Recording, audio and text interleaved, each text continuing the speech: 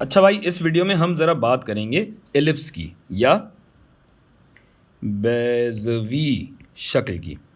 ये कुछ ऐसी शक्ल होती है जिसको आप समझ लें कि एक पिचका हुआ दायरा एक तरीके से कह सकते हैं।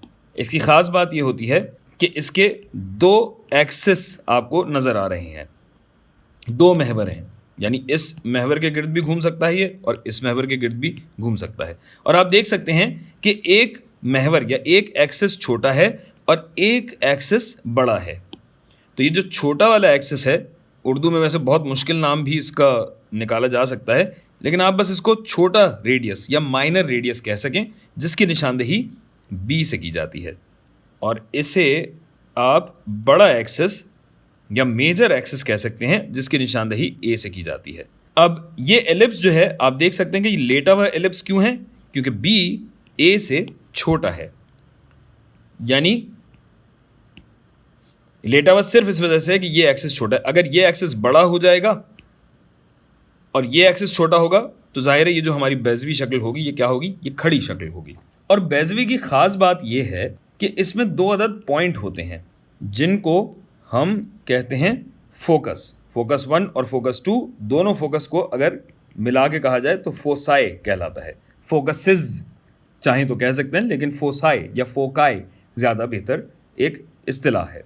इन फोसाई की ख़ास बात यह है, बल्कि जो बेज़वी की तारीफ़ है वो ये है कि बेज़वी ऐसी शक्ल होती है जिसके मुहीत के किसी भी पॉइंट से अगर फोसाई तक,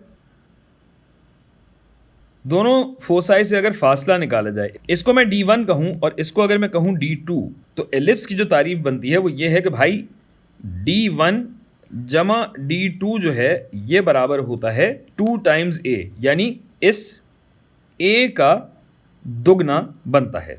और इसकी तस्दीक आप कैसे कर सकते हैं कि भाई अगर मैं ये फासला लूँ और इसे पुकारूँ G, और मैं ये वाला फासला लूँ और इसे मैं कहूँ H, तो आप ये जानते हैं कि चूंकि ये फोसाई जो हैं वो दोनों तरफ बराबर ही होंगे, तो ये अगर G है तो ये भी जाहिर है क्या होगा, ये भी G ही होगा। और आप देख सकते हैं कि G जमा H यहाँ से किया जाए, ये यहाँ से किया जाए, ये पूरा जो है A जमा A के बराबर होता है। तो अब अगर मैं इन फोसाई की लोकेशन या पोजीशन या इनका महल वक़ू जानने की मैं कोशिश करूं, इसको मैं कहूं F1, इसको मैं कहूं F2, और इन दोनों से अगर मैं एक ख़त खींच दूं इस पॉइंट तक का, ये याद रखिएगा कि मेरी डायग्राम तो ज़ाहिर हाथ से बनी हुई है तो इसमें नज़र नहीं आ रहा, लेकिन ये फोसाई जो हैं मिरर इमेज होते हैं, यानी ये फासला और ये फासला बराबर होंगे। अच्छा भाई, ये फासला तो मैंने कहा था कि B है, इसको मैं कह दूं D1, इसको मैं कह दूं D2, और चूंकि D1 और D2 बराबर हैं तो अगर D1 और D2 बराबर होंगे तो ये दोनों फासले किसके बराबर हुए, ये दोनों फासले A के बराबर हुए। गोया अगर ये फासला मैं नापना चाहता हूँ, जिसको अगर मैं कह दूं F, तो ये F पाइथागोरस थ्योरम के तहत क्या हो जाएगा भाई, हाइपोटेन्यूज का स्क्वायर बराबर होगा परपेंडिकुलर का स्क्वायर जमा बेस का स्क्वायर।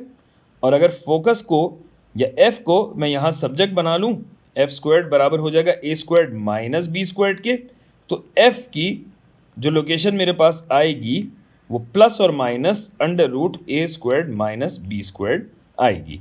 यानी मुस्बत हुआ तो ये फासला, मनफी हुआ तो ये फासला। F1 और F2 की पोजीशंस आपको पता लग गई।